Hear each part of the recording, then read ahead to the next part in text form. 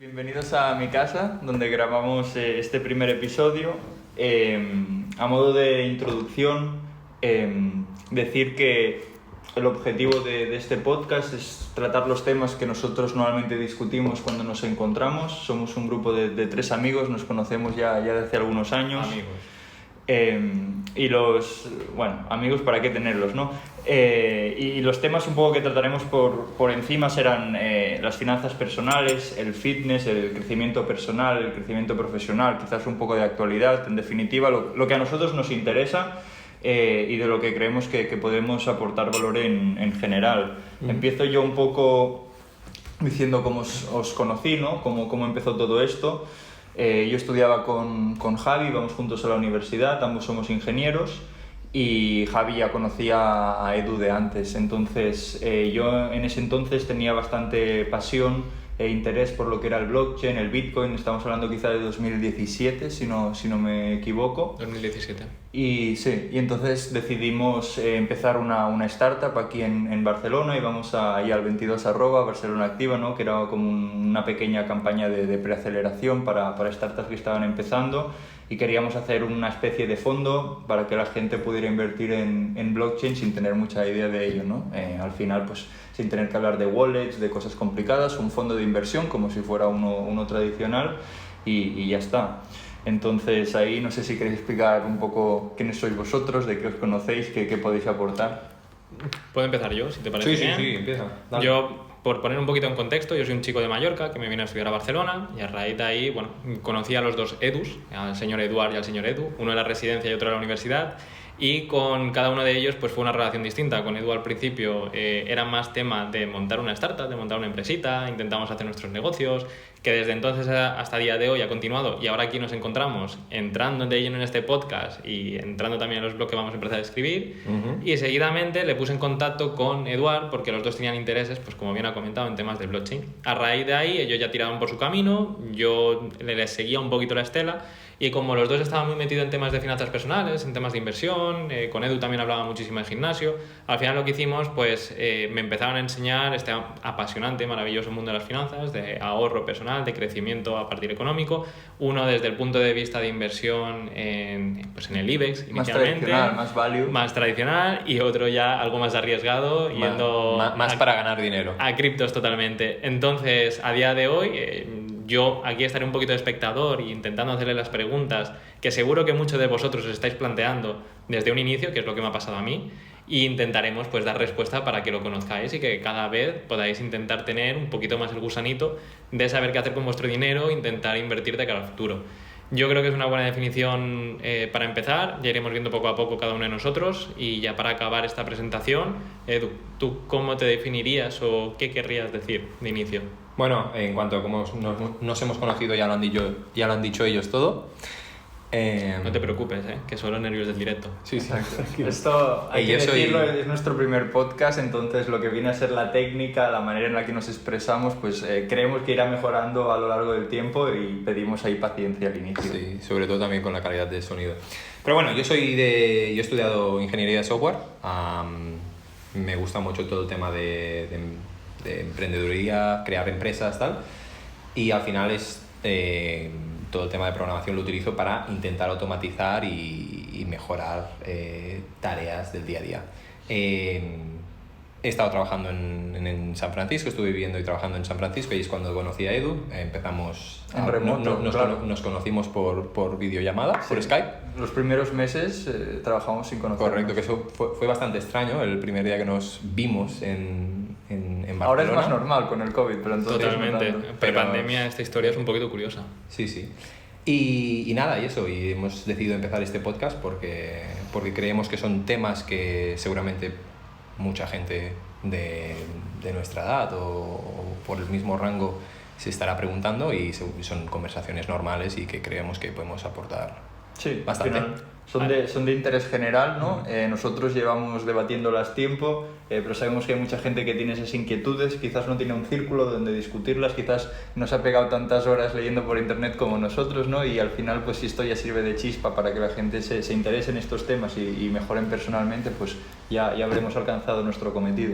En este punto, lo que sí que a mí me gustaría recalcar, porque quizás estamos haciendo mucho hincapié en el tema de las finanzas, es que este podcast va a ser muy diverso dependiendo de lo que nos guste cada día. Puede ser que haya podcasts seguidos de tema dieta, de tema entrenamiento, de tema finanzas o de tema crecimiento personal en función de qué estudio seguir. Igual o qué un día hablamos de cómo hacer un buen currículum durante una hora, de cómo aplicar a empresas o de cómo buscar lo que a ti te apasiona, ¿no? Y decir también en este punto que todo lo que vamos a comentar es basado en nuestra experiencia o en los conocimientos que hemos ido adquiriendo. No hay ningún tipo de consejo, no hay ningún tipo de guía a seguir. Al final, lo que intentamos transmitir aquí, como bien han dicho, es la conversación que tendríamos con nuestros amigos, ya sea en una cena, como los 3 típicos cuñados de bar que puede aportar todo lo que dicen, y entonces a partir de aquí esperamos poder transmitir conocimiento, pero siempre desde un tono gracioso y que también pueda aportar y que os podáis sentir cómodos como si fuéramos vuestros amigos.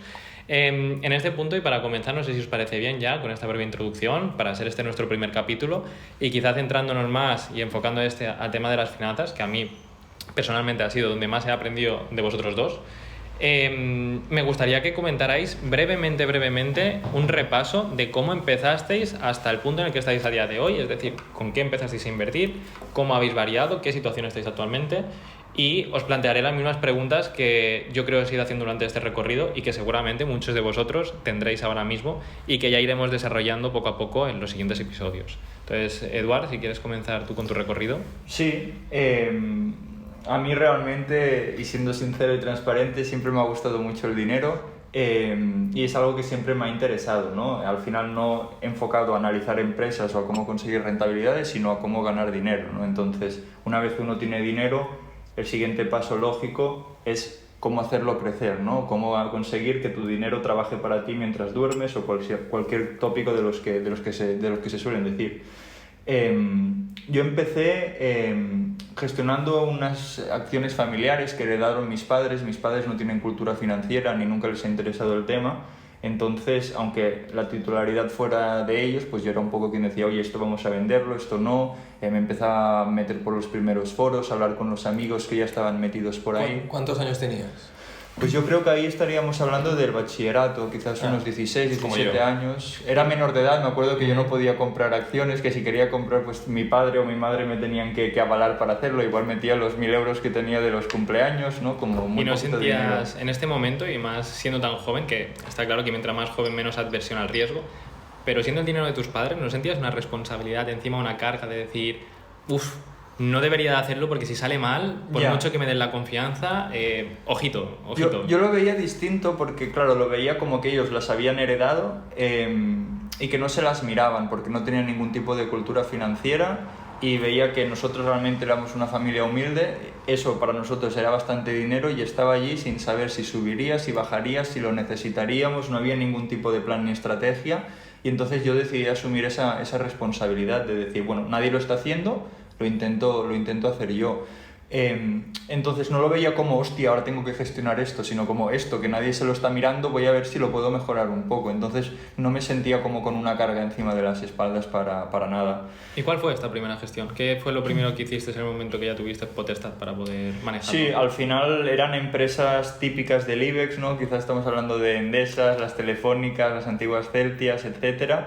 Y al final lo que a mí me ocupaba era decir, hostia, si esto se devalúa, si estas quiebran, pues será dinero que dejarán de tener mis padres, ¿no? Yo no hice muchos movimientos de adquisición ni de cambios, sino pues oye, estamos cobrando dividendos, los dividendos los cobramos en dinero para tener dinero y cuando veo que una acción sube un poco digo, oye, venderla y ya está, simplemente esperar en ese momento.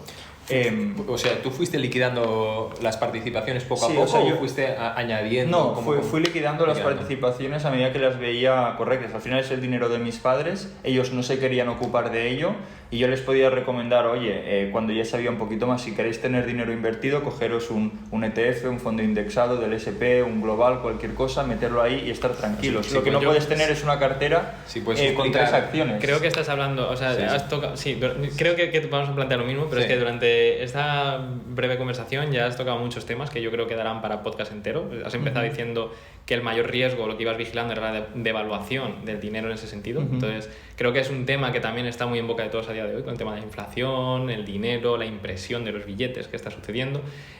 Yo creo que dará para un capítulo, y así como igual la terminología utilizada, que creo que era por donde ibas tú ahora, ¿no? Sí, es que nos explicara un poco qué era un ETF.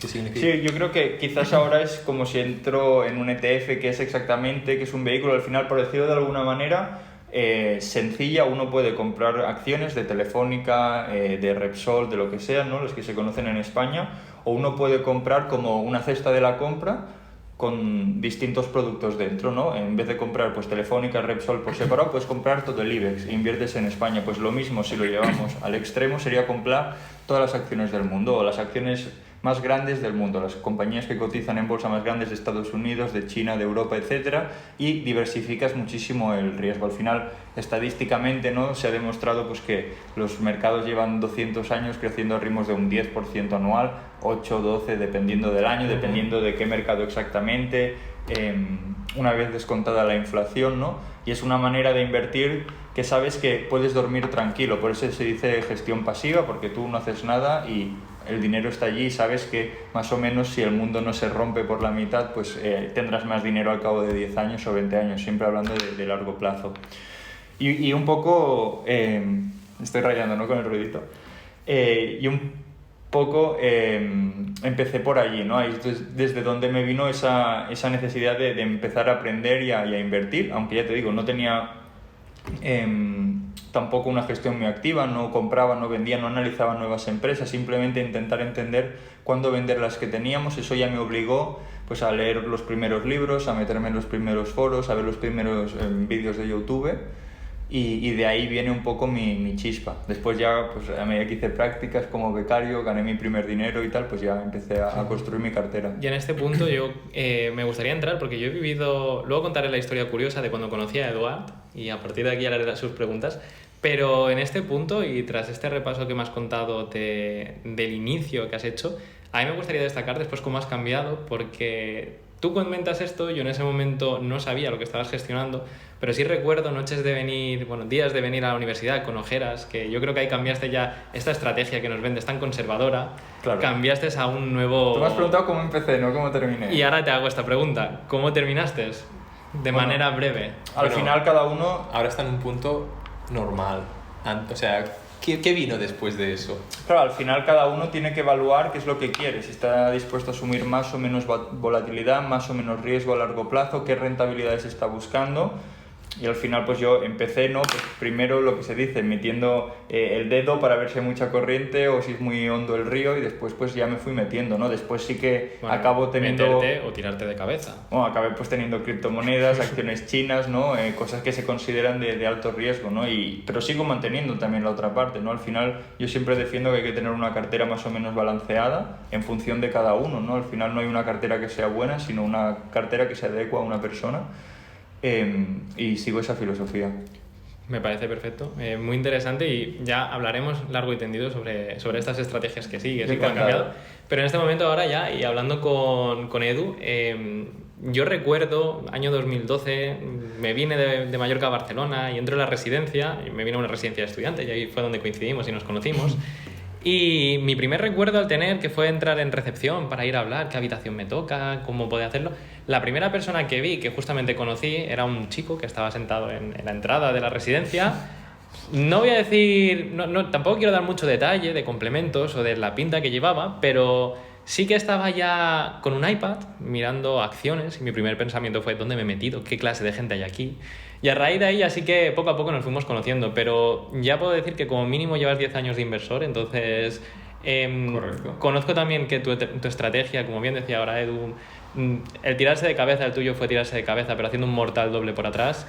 Sin embargo, ahora mismo y desde tu inicio hasta ahora, ¿cómo comentarías este recorrido? Mira, pues yo, igual que Eduard, A mí el dinero siempre me ha gustado muchísimo. Yo creo que estaría interesante en un futuro podcast habláramos de qué significa dinero para cada uno de nosotros. Pero bueno, yo empecé invirtiendo debido a que, bueno, mis padres nunca han tenido acciones. Bueno, mi padre me parece que tuvo acciones hace muchísimos años.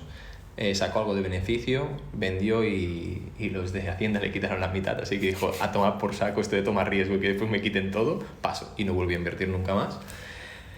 Pero sí que yo me interesé y en ese momento, y bueno, yo siempre he sido bastante fan de la marca Apple y esto era antes de que presentaran el primer iPad. No se sabía que iba a ser un tablet, no se sabía cuánto iba a costar ni nada. Pero yo quería ahorrar dinero, ganar dinero para poder comprarme lo que viniera, si era interesante y tal. Yo lo que hice es, yo tenía un ordenador, tenía un iMac y yo lo vendí de segunda mano y con el dinero que me saqué, lo que hice fue invertirlo y compré acciones de Apple. Arriesgado también.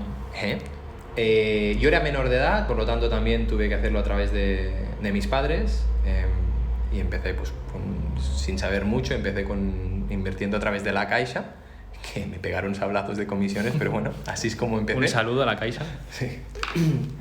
Y resulta que bueno, mis padres me dejaron empezar a invertir, yo lo pedí y me dejaron hacerlo, pero ellos me dejaron con la idea de que lo iba a perder todo y que me iba a servir de lección de vida. Estamos hablando de que tenía 1.000 euros, que no eran tampoco una gran cantidad.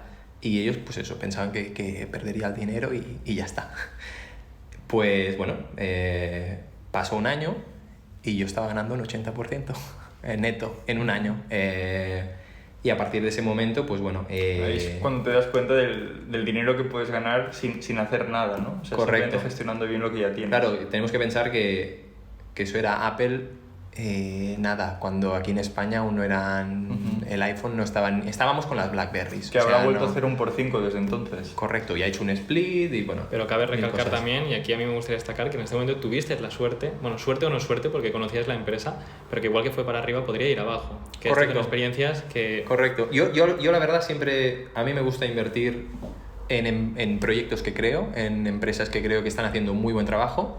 Acostumbro a ser usuarios de esos productos o me intereso mucho por lo que hacen y Apple en ese momento me parecía que estaban haciendo un trabajo impecable. Un poco la filosofía de Peter Lynch, ¿no? De no te mires tanto las cuentas de resultados, no pienses tanto en estas cosas y ve al supermercado a ver si se está vendiendo ese producto primero, después ya harás el otro análisis, ¿no? Pero primero, ¿qué es lo que te transmite la marca? Yo nunca me he visto, o sea, sí que soy bastante de mirarme gráficos, pero bajar a mirarme hojas de balances y estas cosas no lo he hecho nunca y tampoco no tengo intención de hacerlo.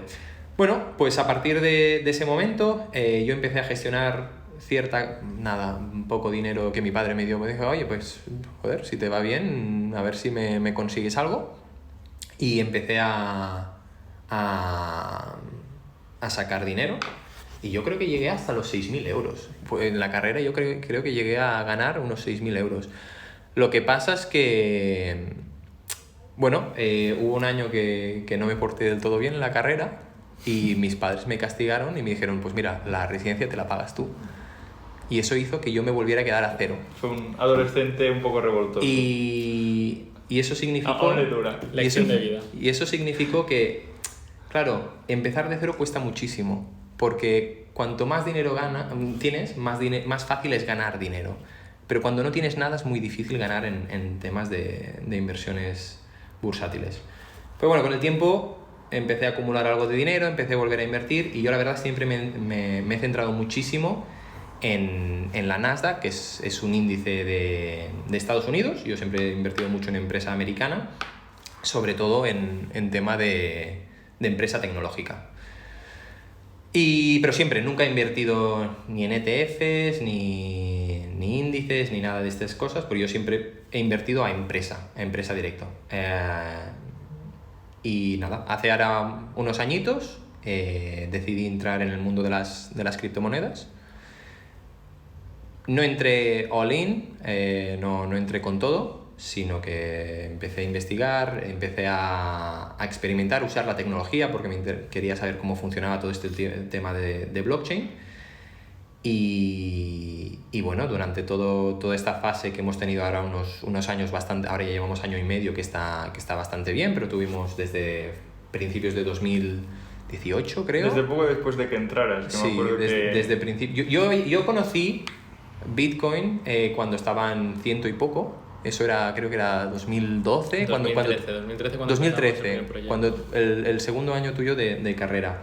Lo que pasa que en ese momento yo era un estudiante pobre y no metí dinero pues porque entonces 100 euros eran 2 o 3 semanas de fiesta. 100 euros era muchísimo para mí. Y también que en ese momento el riesgo que tenía tampoco se podía... Bueno, yo no era por el riesgo, era una cosa muy desconocida y simplemente no tenía el dinero como para... Igual no entraste tanto a investigar, no miraste la tesis a largo plazo, porque ya dices, ostras, voy a meter 100 euros en un activo que quizás... En realidad yo miné Bitcoin. Nosotros en la residencia teníamos una sala de ordenadores que teníamos 8 Macs y yo fui allí y a los 8 les instalé unos mineros y al portátil que tenía también. Y yo miné y estaba minando Bitcoin. Esto ya lo explicaremos más. El recuerdo que se llevó a la residencia de Edu fue unos cuantos Bitcoin que se quedaron allí en una sala de estudio. No, lo que pasó... Hay un conserje que se ha comprado una mansión ahora por ahí, ¿no? A ver, en ese momento ya era bastante difícil minar con CPUs, que es lo que yo hacía porque era con Macs y tal. Pero a día de hoy eso seguramente sería unos 5 o 10.000 euros tal vez. ¿Qué pasó con ese dinero? Pues que yo formateé el ordenador... No hice copia de seguridad de mis contraseñas para acceder a esas monedas y nada, se perdieron y se han perdido para siempre. No. Lección de vida. Lección de vida, no hay más. Bien. Has destruido Bitcoin, ¿no? Y hace que los que quedan sean más valuosos, así que... Correcto. Y nada, pues cuando empezó la fase... cuando se volvió a calentar todo esto del tema de las criptomonedas, yo lo estuve siguiendo, sobre todo por Edu y tal. Y hubo un momento en el que decidí entrar en algunos proyectos que me parecieron interesantes. Después tuvimos una fase de 2-3 años donde las criptomonedas tuvieron una corrección muy fuerte, algunas llegaron perdiendo más del 90%.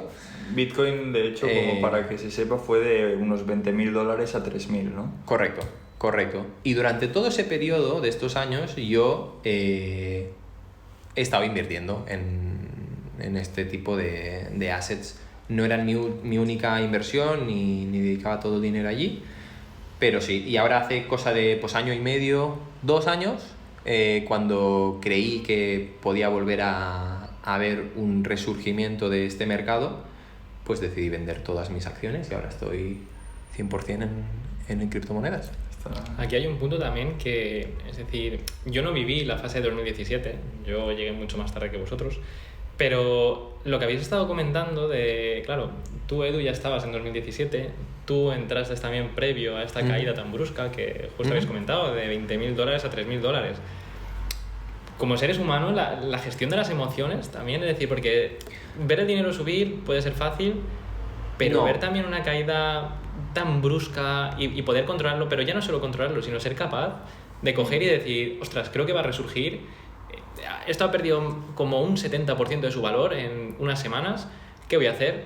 Pues vuelvo otra vez con todo. Es decir, ¿cómo tienes qué capacidad o qué gestión de las emociones tienes que hacer para ser capaz de tener este pensamiento y aparte hacerlo? Porque lo puedes pensar y puedes decir, de poder ir a por dormir ello, por las noches. Correcto. Y tranquilamente, además. Que eso es lo más... Yo si te digo que fue fácil, si te digo que fue fácil, te engañaría. Yo creo que esto se aplica tanto al mercado de las criptomonedas como a los mercados tradicionales o cualquier tipo de inversión o cualquier cosa que hagas en tu vida que tiene un riesgo. Lo que pasa que el mercado de las criptomonedas, al ser tan volátil y moverse tanto, que yo qué sé, en 10 minutos te puede bajar un 20% perfectamente, pues acentúa todo lo bueno y todo lo malo.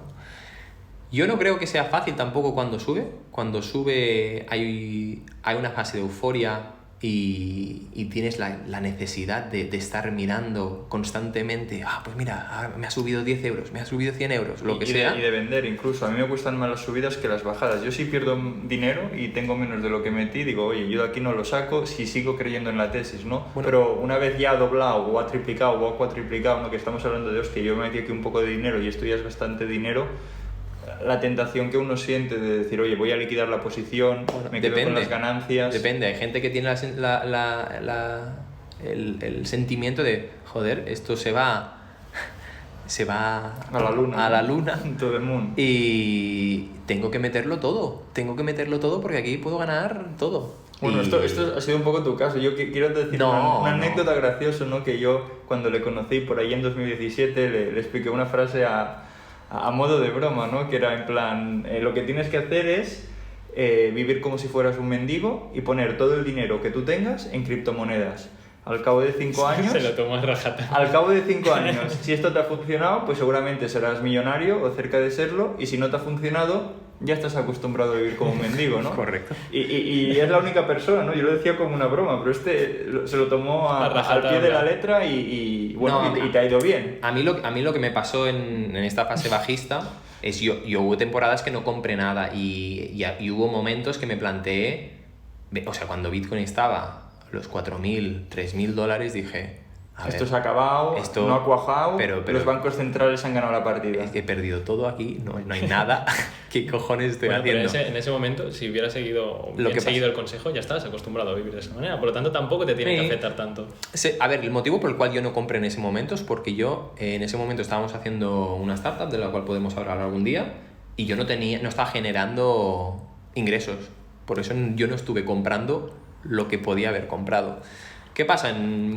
En un momento cogí un trabajo, empecé a ganar algo de dinero y yo creo que volví a comprar Bitcoin cuando estaba sobre los 6-7 $7,000, que empezó a subir otra vez.